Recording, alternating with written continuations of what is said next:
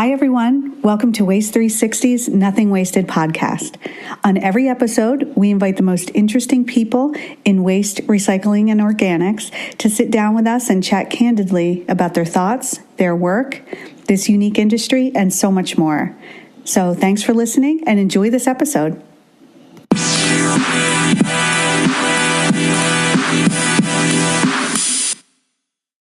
Hi, everyone. This is Liz Bothwell from Waste 360 with Kevin Atkinson, owner of Texas Pride Disposal. Welcome, Kevin, and thank you for being here. Absolutely. Thank you for having me, Liz. So I have to ask, I see that you're a loyal LSU alum. How psyched are you to see Odell Beckham Jr. and Jarvis Landry together again? I am beyond psyched, actually. I have some good friends from Cleveland, and I don't think I'm as excited as they are, but I'm very excited to see them back together again. Oh, it's going to be great. Cleveland should have a very interesting season. Yes. I think it will be watched very closely by many. I agree. Good. So you said that you're just one of those kids who woke up and wanted to be a garbage guy. Could you please share a little bit about your journey from that and to where you are now with Texas Pride? Yeah, absolutely. I literally was the kid that grew up chasing the garbage trucks up and down the street. Obviously never completely grew out of that. My mom had a whole fleet of tools that she, kind of provided me as a kid. And it was funny because I realized now what she was doing. I had my outdoor garbage trucks, which my mom told me all the weeds in the garden were the trash, go pick it up. So that was convenient. But no, I was always fascinated by them, chased them up and down the street, and had goldfish named BFI. And I think my parents were a little concerned about me for a bit, but went off to college at LSU and came home my freshman year and needed a job and didn't want to stack groceries making minimum wage again. So just called the phone number on my parents' recycling bin. And 3 days later, I was on the back of a garbage truck working for WCA. First day on the job, it was, 95 degrees down here in Houston, and came home and told my parents I really didn't think I was cut out for it. And, they told me just to stick with it for a week. And fast forward, 15 years now, and here we are. I worked with WCA for the following summers and holidays. Let me come back anytime I wanted. Got my driver's license, drove for them. And then after graduation, they brought me on as a trainee. And then I took over management of a small municipality for them. And then took over their residential division in the Houston market in 2009. And then the hauling division in 2011, I think it was. And then in 2013, left and started Texas Pride Disposal. We bought a small company on the southwest side of Houston that had 2 trucks and 1,200 subscription customers. And fast forward to today, and we're running just about 65 trucks right now, servicing 165,000 or so customers in the Houston area. And then we've also got a contract with the city of Houston, helping them with their recycling services, which we're servicing about 108,000 homes there. So quite a bit different than it was when we started up, and quite a bit different than my toy garbage trucks picking out weeds of the garden. But it's been a fun run. Oh, wow. Quite the story. Yeah. And you pride yourself on being accountable and service oriented. Do you think that's a competitive advantage for you? Yeah, I think in this, that's all we are, as a service business at the end of the day. But I think the passion for what we do, for what I do, especially, it bleeds through to what we expect out of our crews in the streets. And so, truthfully, at the end of the day, if somebody in the organization is not getting things done, I tell all of our customers, at least the decision makers on our contracts, here's my cell phone. If you ever need anything, call me directly and I'll make sure it's taken care of. And, I do that 2 reasons. One, our service is good enough to where I don't worry about giving my cell phone out to 725 different boards that we service, but also because I do stand behind the service that we provide. And if there is an issue, I take it very personally and will obviously do anything that I can to get it rectified as quickly as possible. That's great. And are you still having humans answer the phone? I know that was a goal of yours early on. Yes, we are. We avoid the automated voice system. We've got an automated welcome now. Got for those times that there may be a brief hold before you can get a hold of a customer service rep. But we've got 6 customer service reps, kind of gone through some some growing pains at the beginning of this year, just with extremely accelerated growth. So trying to catch up on the customer service side, but we still stick with that real live person that you get. I think that's just something that people appreciate versus having to navigate an automated system that doesn't understand you or takes a half hour to try to get to somebody that can actually assist you. Oh, no, it's wonderful to have humans now because you just expect it to be automated. So yeah, absolutely. That's a plus. So do you think this industry is becoming more data driven? It certainly looks that way, but what are you seeing? Because you're out there and seeing it on a daily basis. I think that it definitely is, and there's nothing wrong with that to a degree. I think maintaining that balance of data and common sense, though, is key. I think that there's a fine line that the data can be, either overly harvested or overly used, at which point it just becomes essentially cumbersome or really just more or less an obstacle for you to process what we're doing. I think people overcomplicate that we're garbage guys. We go out and pick garbage up. And while the technology and the data can be helpful, it can also, I think, lose sight of what we're doing at the end of the day. Sure. And I have heard you say it's simple. People want their garbage picked up and they don't want to deal with it and they want it to be as seamless as possible. Yeah, absolutely. I mean, it's a very simple concept, and unlike a restaurant that has to go and prepare a fine dish or maybe a service where you do a concert venue or a sporting event and get to experience something in that sort of nature. People just want their trash gone, and there's no need to overcomplicate that. And then, are you seeing any trends in the pickup? More e-waste, smarter recycling? Are people catching on, or is the education paying off? I think there's been a lot of attention in the last 15 months on the industry side, obviously with the state that recycling is in right now. But I think the media has done a good job of somewhat, accurately portraying what's going on with China and with recycling in general. I think that large media presence, seen it in newspapers, seen it in the news, obviously news websites, Facebook, everywhere you look, it's been plastered everywhere, which helps us in getting the message out about cleaner streams and what can and can't go into the recycling containers. But ultimately it's a long road to haul there when you've got customers that sometimes see that recycling container as a second trash can, or want to wish cycle their waste away. It's education's key, and getting that message out is crucial. As far as the streams themselves, though, obviously Amazon and all the shipping that we see nowadays, it's I think the last 10, 15 years, you look at the swing from newspaper to cardboard, and it's pretty incredible. We service our customers typically on a weekly service schedule for recycling. And it's amazing to me how many of our recent customers have opted to move from either the 18-gallon bin or a 65-gallon cart to a 95-gallon cart simply because of all the cardboard that they're receiving at the home. So it's very interesting. I'm curious to see what that'll do to the residential stream, but also the commercial stream as we move forward with people moving away from the brick and mortar to home delivery. Oh, definitely. I'm sure it will grow even more. So it will be interesting to watch. Yeah, absolutely. So last time you spoke with Waste 360, you had put a lot of safety procedures in place. Could you tell us a little bit about what you have done, and are you seeing results? Yeah, we've grown quite a bit since we last spoke. I think that was 2 years ago, but the results are definitely there. Our insurance company has almost been blown away with the numbers that we've kind of put out there. I've been blown away with the numbers that we've been able to achieve over the last couple of years as well.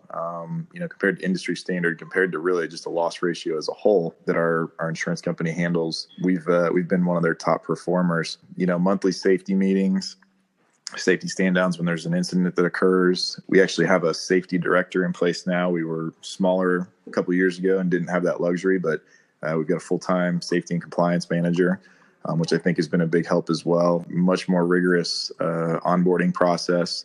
Very detailed, both in regards to the safety side as well as the service side. All good stuff and all very positive results that we've seen because of that. Good for you. That's great news. Yeah, it's great news for obviously our employees that are out there working in the field, but also for us financially as well. Definitely. What lessons did you learn during Hurricane Harvey, both as a leader and as a business that needs to prepare and ultimately clean up after these devastating superstorms? Yeah, it was obviously a huge event down here. 54 inches of rain over a couple days is a little bit more than anything is really meant to handle, even down here. But we had 8 service days that we suspended because of, the inability to either navigate roadways or our employees to get here safely, to go out and service our customers. We had to prioritize the waste we were collecting because after over a week of no service, there was quite a bit of putrescible waste that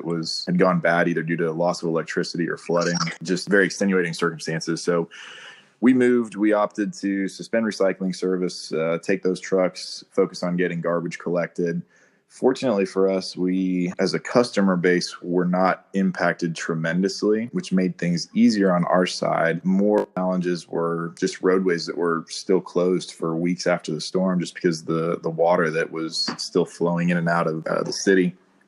So logistically, that was a challenge for us. TCEQ lifted all of their tonnage restrictions on disposal sites, which was a plus for us. But trying to get the garbage picked up, picked it up safely, it was a lot of catching up. It took us, our guys, our team did a tremendous job. They worked the Saturdays and Sundays for the 2 weekends after the storm, trying to get everything back on track. We turned recycling back on. I think it was about a week and a half after the storm. And I think really it was about 2 weeks after the 8 days off that we were back on a regular schedule and up and running. We had the luxury of being able to help out some of the communities that we service with additional service or additional collection of some of the storm debris they encountered. And then we also were able to help some cities that we didn't service that couldn't wait for the county to come out and pick them up.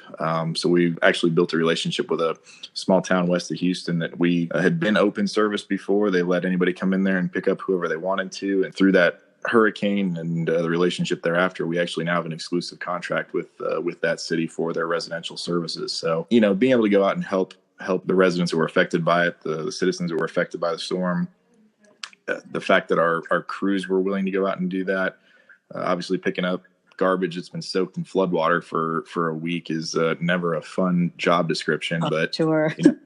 Kudos to our guys for willing to go out and kind of go above and beyond what we typically ask them to do on a regular service day. And I hope we don't have to go through something like that again. Not my idea of fun, not my definition of fun, but our team did a tremendous job of coming together and servicing both our customers and again, people that were just in need at that time. Definitely. And speaking of that, it seems that you and your company do a lot for your local community, even outside of extenuating circumstances like that. What types of Good Samaritan acts are you guys doing and for whom? Yeah, we really just we tell all of our customers that, you guys support us and we're happy to support you. So participated in the Houston Livestock Show and Rodeo, golf tournaments. We just by chance happened to sponsor the LSU of Houston Alumni Association. I'm a proud sponsor of that one. But really just anybody that we service, we're always happy to assist. And the bigger we've gotten, we've actually started to talk about either charities or groups that we would like to be more involved with. I kind of look at what I did and having a dream as a kid to be able to do this, and now being able to do it, I think it kind of hits closer to home for me on kids that are maybe affected by an illness or something that maybe won't be able to see or live the kind of the dreams that I got to. So as we continue to move forward, I think that an organization of that nature, maybe the Children's Hospital in town, will be something that we try to work more closely with and donate to as well. Oh, that would be amazing. Yeah, it's just something that I'm very fortunate in the spot that I'm in, and it's always tough for me to see people, and especially kids that are in a little bit of a different circumstance. And like I said, hopefully something we've been talking about for quite some time. And the bigger we get, I think the more we are able to hopefully do something there.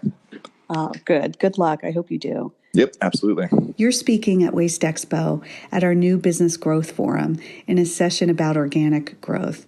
Could you tell our listeners a little bit about that? From our standpoint, obviously a lot of lessons learned having gone to work for a large national company and being moving up from the ground up and then being put in place over an existing operation that had 200,000 customers.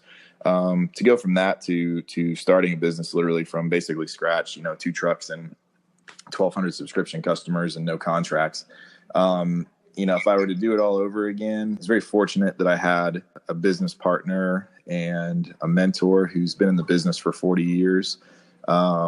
Wouldn't be here without him. So whether it's a partner or just a mentor, highly recommend, especially for somebody that's trying to do this maybe for the first time, highly recommend having somebody like that you can lean on for advice throughout the process, whether it be something small or big. I would always recommend new equipment over used equipment. I know some people don't have that luxury, but we started with used equipment, and after a fire burned up a quarter of our fleet due to a fault battery turnoff switch. Wow. That was kind of the final nail in the coffin for us on used equipment, because it was started in a used truck we had purchased.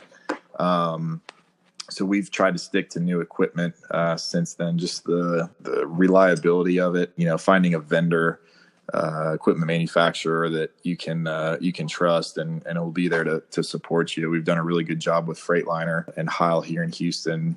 Both have done a really good job of taking care of us from those respects. So trusted vendors there. Containers, same. We've used Rarig predominantly for almost everything that we've done for the last 5.5 years. Always taking care of us. We needed carts in a pinch. They were able to do it. Very first large contract we got, we had to turn around 2,200 carts in 10 days, and they did it for us. So just having those relationships in place, I never really understood the true value of vendor relationships when I was at WCA, but as a small business owner, you definitely learn that very quickly.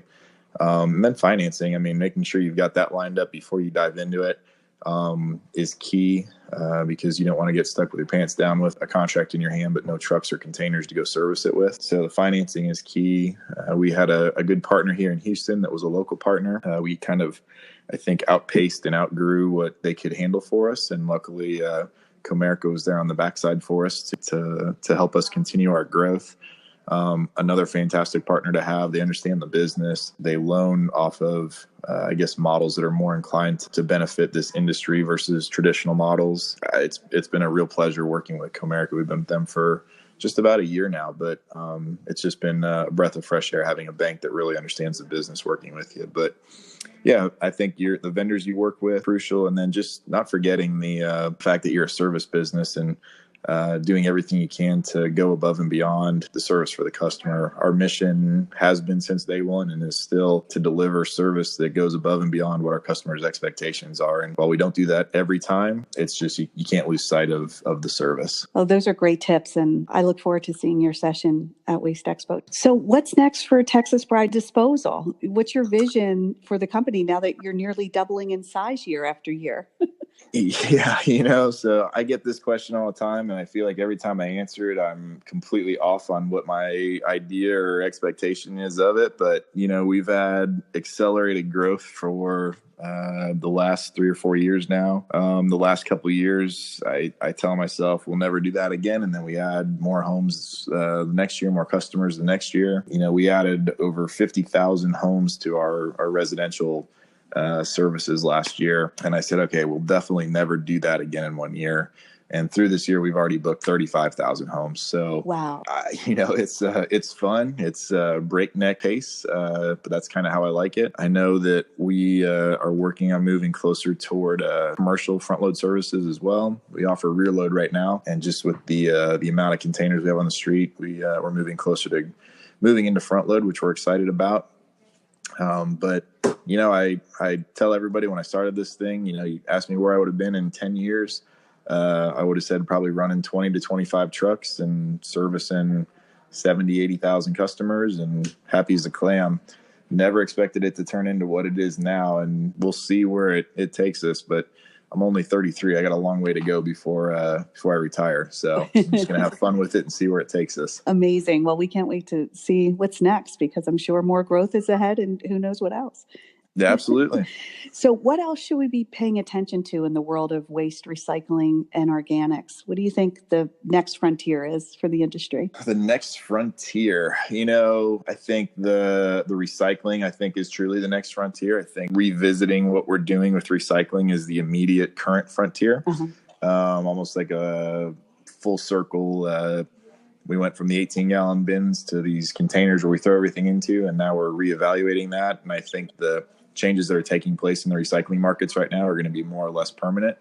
So I think that the current frontier is revisiting recycling. I think longer term, you'll continue to see the increase in organics and, the food waste collection. I think it's an interesting concept with that because it's one of those that traditional materials in your recycling bin, the cardboard and plastic, paper, the value that you see in those materials, being able to repurpose them versus used spent food and yard waste and what it takes to go and get that collected with a piece of equipment that's burning fossil fuels. I think you start to walk a little bit of a finer line there.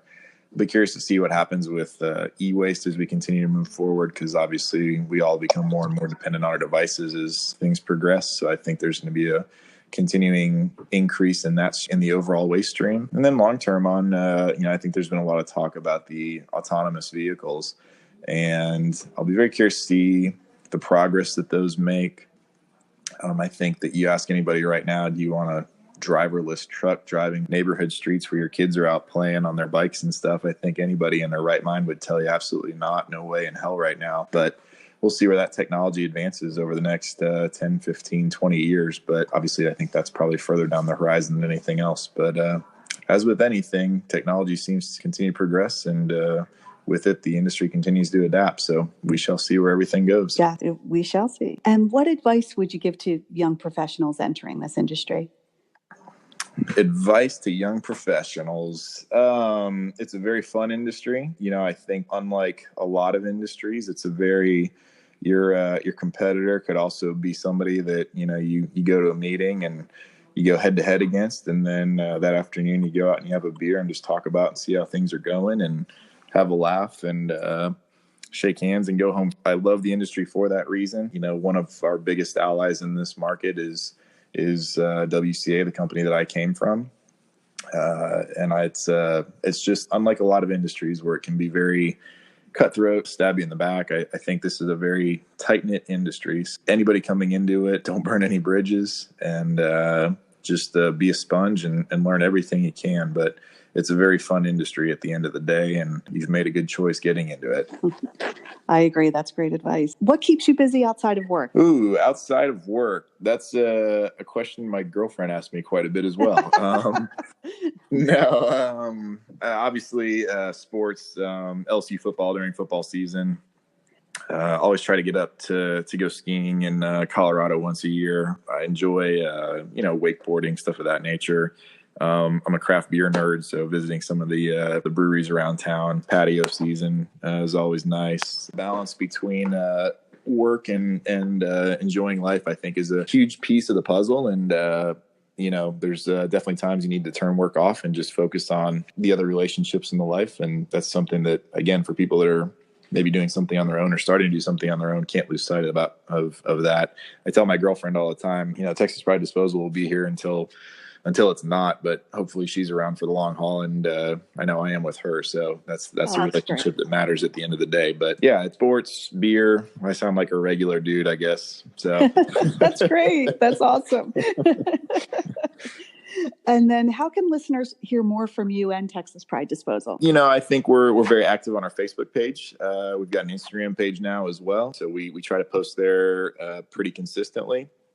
Anything that goes through our Facebook page, I'm the one that typically responds to that. So if you're going to send us a message, it'll more than likely be me responding. And our website as well. We try to post a lot on our website, texaspridedisposal.com. But yeah, just for our social media, Facebook, Instagram, there we try to post pictures and information on services, customer information for possible service delays, or we've had some phone issues recently, so we post that information up there. But yeah, we have fun with a lot of fun with our Facebook and Instagram pages. Oh, good. Okay. Well, we are following. Hopefully our listeners will be too. Absolutely. And then Kevin, you still seem just as passionate about the industry as you probably were as a kid and when we got to know you earlier on. Is that just natural? Is that how you approach life, or is it really you just love this industry that much? I think my parents said maybe I ate too many paint chips as a kid, and it's just wired in me for that reason. No, I am fortunate enough to get to do what I love for work, and I guess hobbies outside of work, you could consider this a hobby almost, because at times it doesn't feel like work. There's definitely days that it does feel like work, but I think being able to deliver service and continue to grow like we have, it's a challenge for me individually, for the company as a whole. And as long as we continue to grow and we can service our customers and keep them happy, I don't see why anybody wouldn't enjoy that challenge and getting to come in and do what you love every day. Oh, true. It is a blessing to love what you do. Absolutely. That's the definite truth right there. It definitely makes work a lot easier. Well, this has been great, Kevin. Thank you so much for talking with us and spending so much time with us. We look forward to seeing you at Waste Expo very soon. Yeah, likewise. We look forward to being out there, and safe travels, and we will see you soon. Okay. Thanks, Kevin. Absolutely. Have a great one.